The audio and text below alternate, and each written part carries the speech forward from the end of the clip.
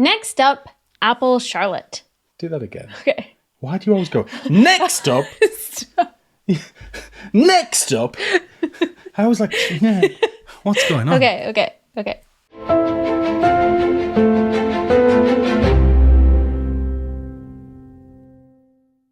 Welcome back to Regency Rumors. I'm Kayla, and here on my channel, I explore period dramas, history, and historical fiction. And today I'm joined by my husband, Jordan, who co-creates on this channel sometimes.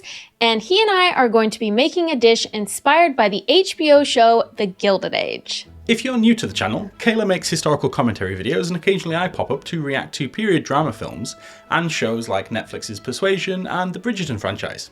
We thought we'd do something a little different for this video, so we're going to explore recipes from an 1889 recipe book written by an American journalist and early food writer, Helen Campbell. Helen travelled to Europe and explored recipes from the UK, France, Spain, Germany and Italy. She explored the significance of cuisine from these countries and explained how Americans during the Victorian era could replicate these recipes. In the Georgian period and on up to the Edwardian era, European cuisine was extremely influential in upper-class circles in the States. As we saw in the first season of The Gilded Age, the nationality of your chef and their training experience in the kitchens across Europe was a way to show off your wealth and status, and of course also lets you provide elaborate meals at events, such as balls and dinner parties. In the first season of The Gilded Age, there is a storyline about a chef who is hiding his nationality in order to maintain his position, evidence of the supreme importance of French cuisine to the upper-class families in burgeoning America. As we make our dishes later on in the video, we'll be talking about the history of French chefs and why they were so important in the Gilded Age. For this video, Jordan's going to be making a cream of barley soup, and I'm going to be making a dessert from Helen Campbell's book, In Foreign Kitchens, inspired by the French cuisine that she experienced during her visit to European kitchens. As it's winter here in the UK, Jordan decided to make a hearty soup. Barley soup goes back to the 1500s. There is evidence of some form of the soup being made in Europe after the Black Plague, and in recipes in the 1700s in Scotland, Ireland, and the colonies. Today, this recipe is viewed as a hearty meal in lower to middle class families, but the dish was a favorite in France and was even served to the upper class passengers of the Titanic. For our meal tonight, Jordan is following Helen Campbell's recipe so we can experience how the recipe was consumed in 1889 France. Cream of barley soup. Melt in a saucepan 2 tablespoons of butter, add a heaping one of flour and cook for 3 minutes, stirring steadily. Then add another teacupful of pearl barley and cook for 2 minutes longer. Add very slowly 1 pint of boiling water and 1 of milk, stirring till all are blended, and boil for 1 hour very gently. Then rub it through a sieve, return to the fire and add 3 pints of chicken or veal stock and 1 tablespoonful of cornstarch dissolved in a little cold water. Boil up once and serve very hot.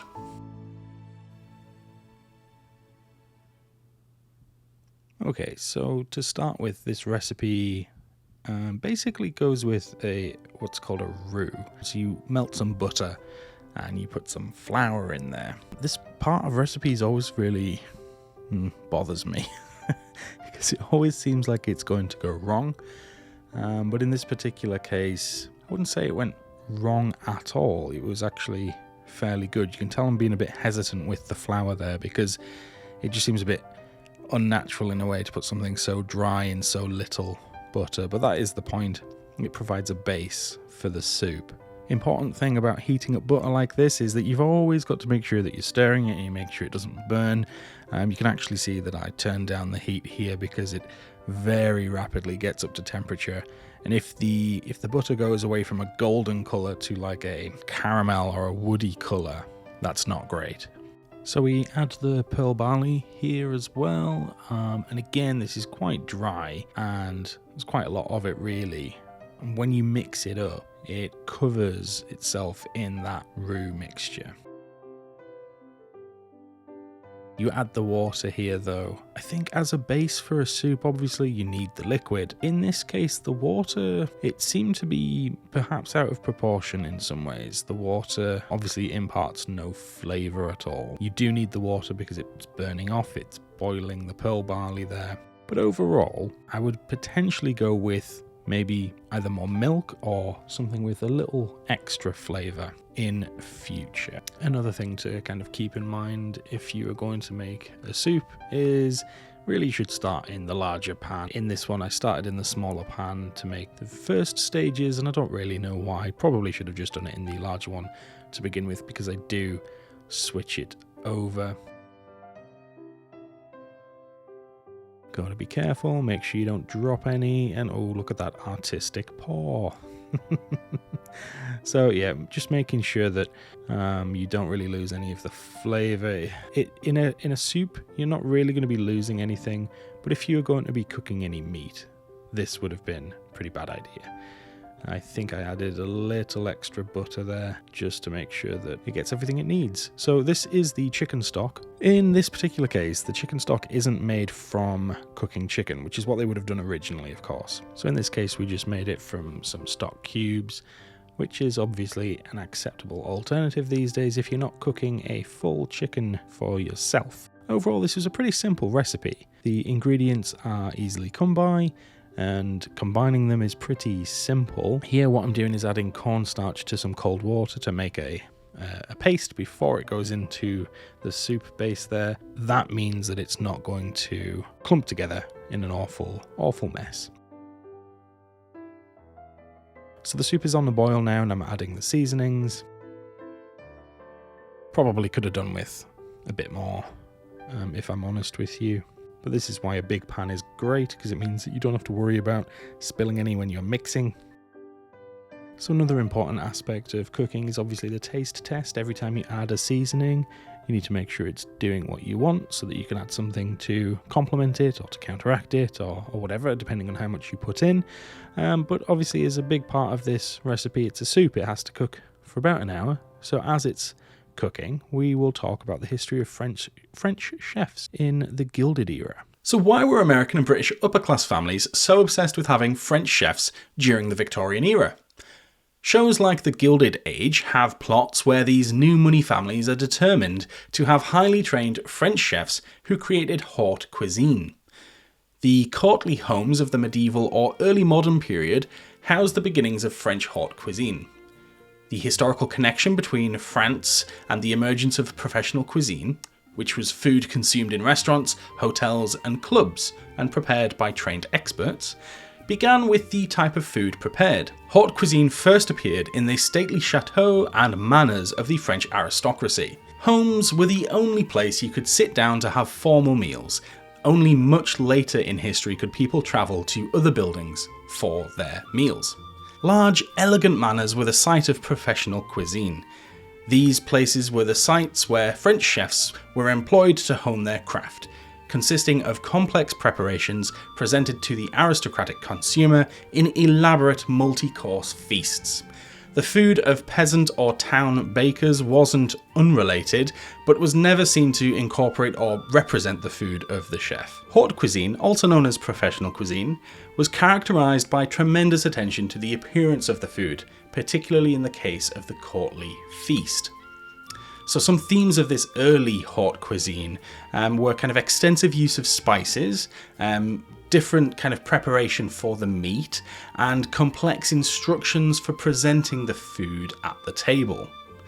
By 1830, cuisine started to kind of expand out into restaurants, hotels, and the clubs that we mentioned earlier. So more classes interacted with staged meals. So by 1830, we started to see the food and the cuisine expand out into the restaurants and hotels and other places so that people other than the nobility could interact with these kind of elaborately staged meals. This was a move from patronage to market. Popular recipes were being written down and published in cookbooks from the 1700s onwards, and many of these were from the French chefs creating this cuisine, and that helped them be seen as influential and popular. So forgive my pronunciation here, but Louis Eustache Ude was the best known French chef in London at the time, and he lived from 1768 to 1846. So we know that he did an apprenticeship in Versailles before moving to the UK, but legend has it that he introduced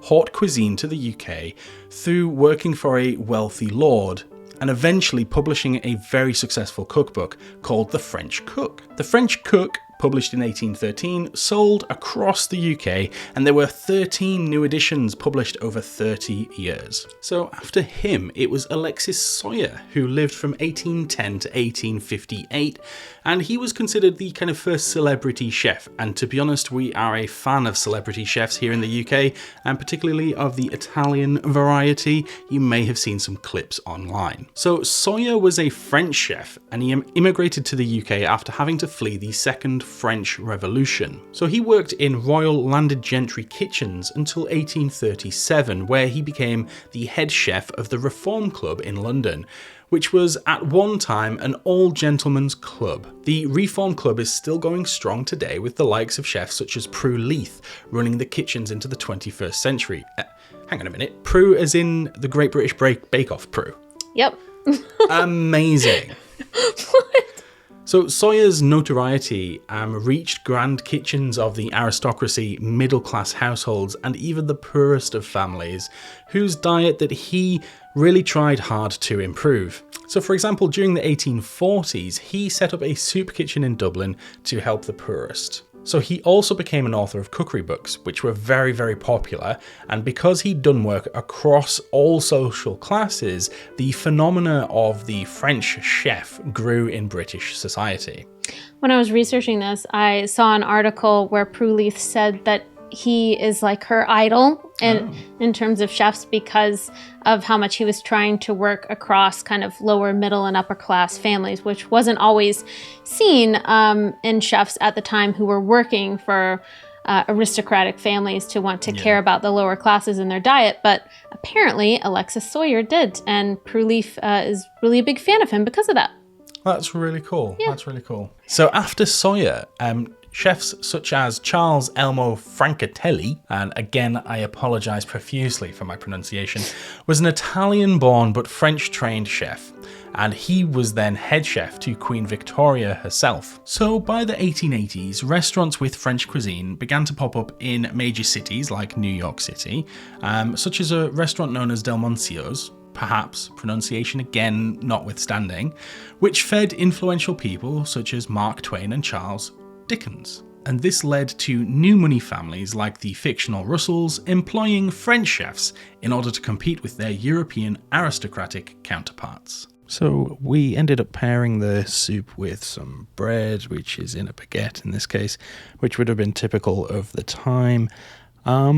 Overall, we kind of found it quite bland, and to be honest, that's partly the recipe. There was nothing really in the recipe. It was just literally the stock, the milk, the water, and then the pearl barley. There are other historical recipes that would have added something else, some vegetables, carrots, onions perhaps, that kind of a thing. But we wanted to keep it true to the recipe that we had in front of us.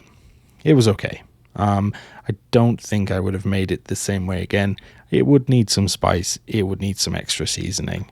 There was literally no seasoning in the recipe. Next up, apple charlotte. Yes, because an apple called Charlotte makes sense. Well, you're going to find out that it does because Queen Charlotte loved apples. But that's probably not what this is named after, so it doesn't matter.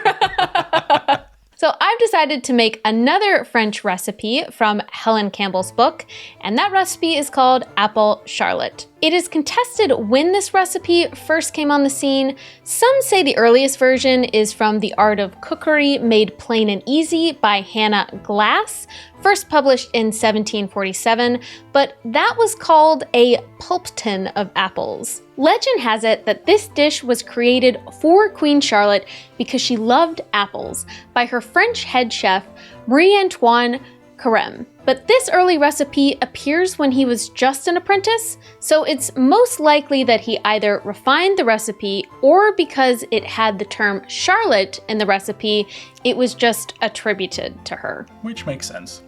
This recipe is essentially just made up of some form of apples, bread, sugar, and cream, so it's really easy to make in lower class circles and simple to spice up and make more complex in higher circles. Like Jordan's recipe, there are different iterations out there, but I'll be sticking to Helen Campbell's recipe to experience apple charlotte as it was in the 1880s, in the middle of the Gilded Age, when she was traveling around and experiencing European kitchens. Apple charlotte recipe. Peel and core 10 fine apples and mince them fine. Melt in a saucepan a piece of butter the size of an egg and 1 cup sugar, the grated rind of a half lemon, and half a teaspoonful of cinnamon. Stew in this syrup till they are soft, about 20 minutes. Mash fine. Add 2 tablespoonfuls of apricot marmalade and let it cool. Or apricot for our British viewers. Butter a large charlotte mold. Cut thin strips of rather stale bread.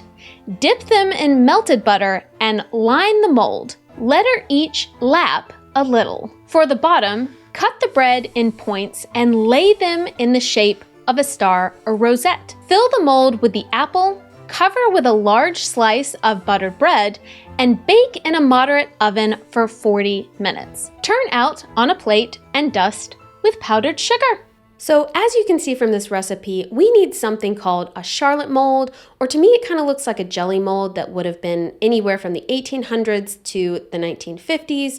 So we went on a road trip in order to find one of these, and we went to the Victorian seaside town of Beaumaris, which is on the Isle of Anglesey, not too far from where we live in Wales. But there is a castle, a Victorian jail and pier, and there's a lot of fun boutique stores, antique shops. There was actually an antique fair on the day that we drove in, so we were really hopeful we would be able to find that mold alongside some apricot marmalade and bread for Jordan's soup. There we are, really hopeful.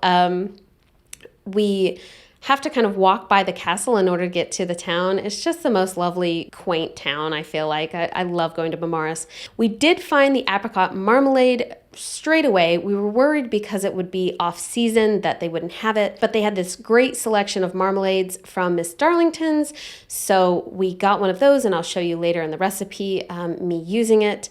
There's Jordan walking to the antique fair. I looked up these charlotte molds on Etsy and some other antique sites, and they're anywhere from like $100 to $200, and I just could not afford that. So we were hoping to find one at the fair, but look at us, we're disappointed. So we kind of gave up this day. We did a lot of searching and just couldn't find it. So we got a peach iced tea, Jordan got a coffee, I got my favorite dessert, cherry bakewell. And so we just decided to give up, and I ordered a silicone mold from Amazon. I will link it in the description below. However, wait till the end of me making this recipe, because I did, by accident on another trip, find a jelly mold. It could have been a charlotte mold, I'm not really sure. And I used that for the recipe again, so I redid the recipe.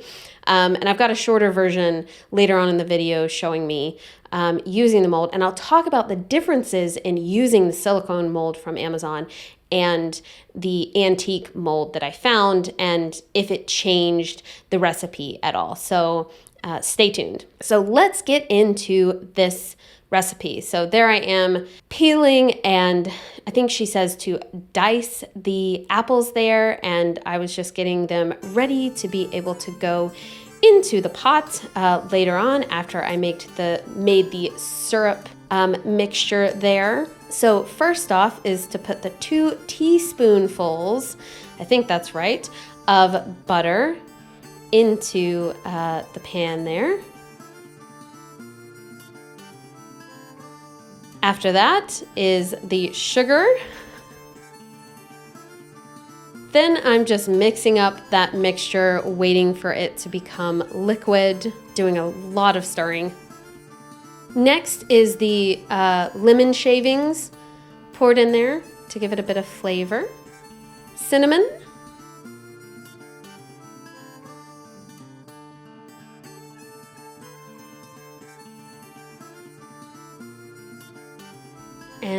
stir it all really well. That mixture for the apples is starting to appear.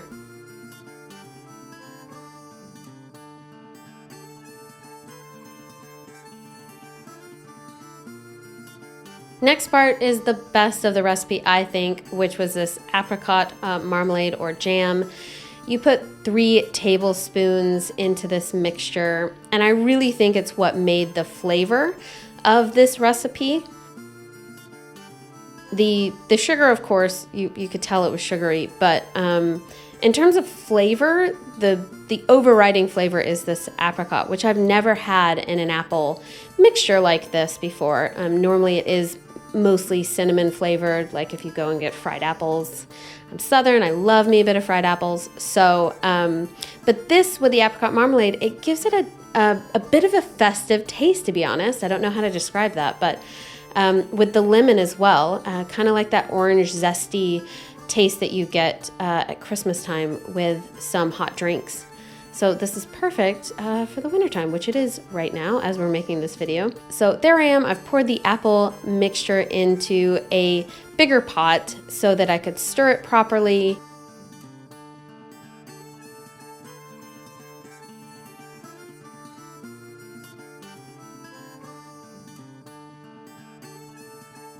So there's the Amazon mold I was talking about. Did the job well, was about $6, $7, not too bad.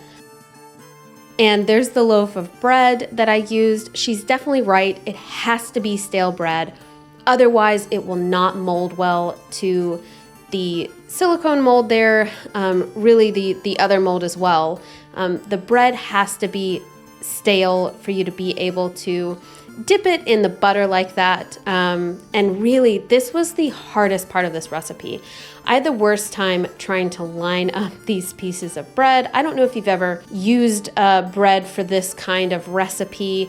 I'm not really sure why they wouldn't just use flour for this and make it kind of a pie crust.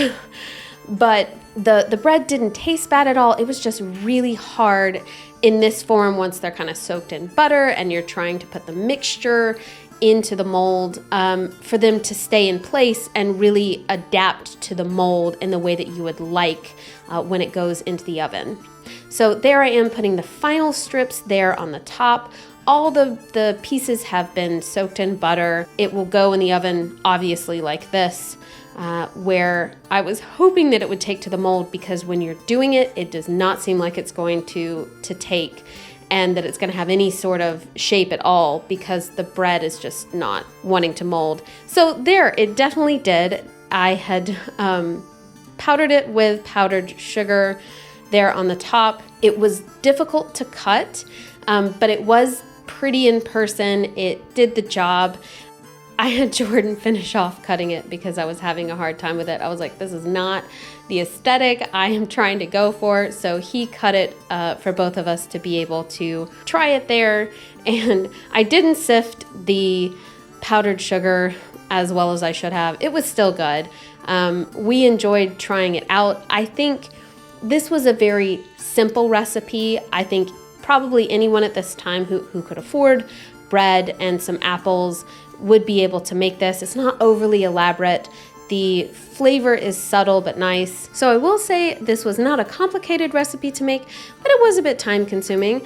Just think of yourself as a Victorian cook and enjoy your time making it. So here's this mold that I was talking about that I finally found. We went to Hay-on-Wye, which is a book town in mid-Wales, and they also have some fun antique stores, bookstores everywhere. And I found this mold in kind of a cooking antique store, and I was like, I've got to get it, and I've got to remake this recipe and see how it does. Most people would probably say that this is a jelly mold. I would agree with you. It probably is. However, I wanted to try it out. I wanted to see if it made the mold a little bit more solidified than the silicone mold. And there it is. I think it did a better job of keeping the bread together. Slid off. But yeah, I think that it did a better job of making it kind of more uniform than the silicone mold, but I think they both turned out great for having to use something like bread. It was not easy. While we wrap up here, I just wanted to share a fun anecdote that I found in Helen Campbell's book about the difference between American and French cuisine and lifestyle, and it feels like things have not changed since the Victorian era. There's a lot of discourse on social media platforms like TikTok about the differences in the ways Americans go out to eat. It's very rushed, there's quick service, but it's very efficient compared to going to restaurants in European countries like France or Spain, where the restaurant experience is very slow, leisurely, there's no rush. And based on her observations, it's been that way since at least the 1880s. Helen says, for much that makes the charm of dishes served in the French fashion with garnish of many varieties, the American is too busy. She goes on to say, the French housekeeper knows nothing of the uncertainties and responsibilities of her American sister, insinuating that American chefs and housemaids have to do a variety of tasks, such as cooking, cleaning, hosting, etc., where the French chef only does their job in the kitchen. She says the French cook will not solve her problems since with all his knowledge, he cannot boil a potato properly and loses his head altogether at certain American demands. But he can tickle the palate in many a mysterious fashion, and some of these mysteries we hold in readiness for our readers. Ooh. Thanks for watching this video on Regency Rumours. We are a new channel, so please like, comment, subscribe, all the YouTube-y things. And we're on Instagram and TikTok as well, so follow us over there if you are so inclined. I do say we, that is the royal we, I mean my lovely wife. Are there any Victorian or Edwardian recipes that you've tried and loved? And if so, comment down below your favourite historical dishes. Goodbye. Bye. Goodbye. Goodbye.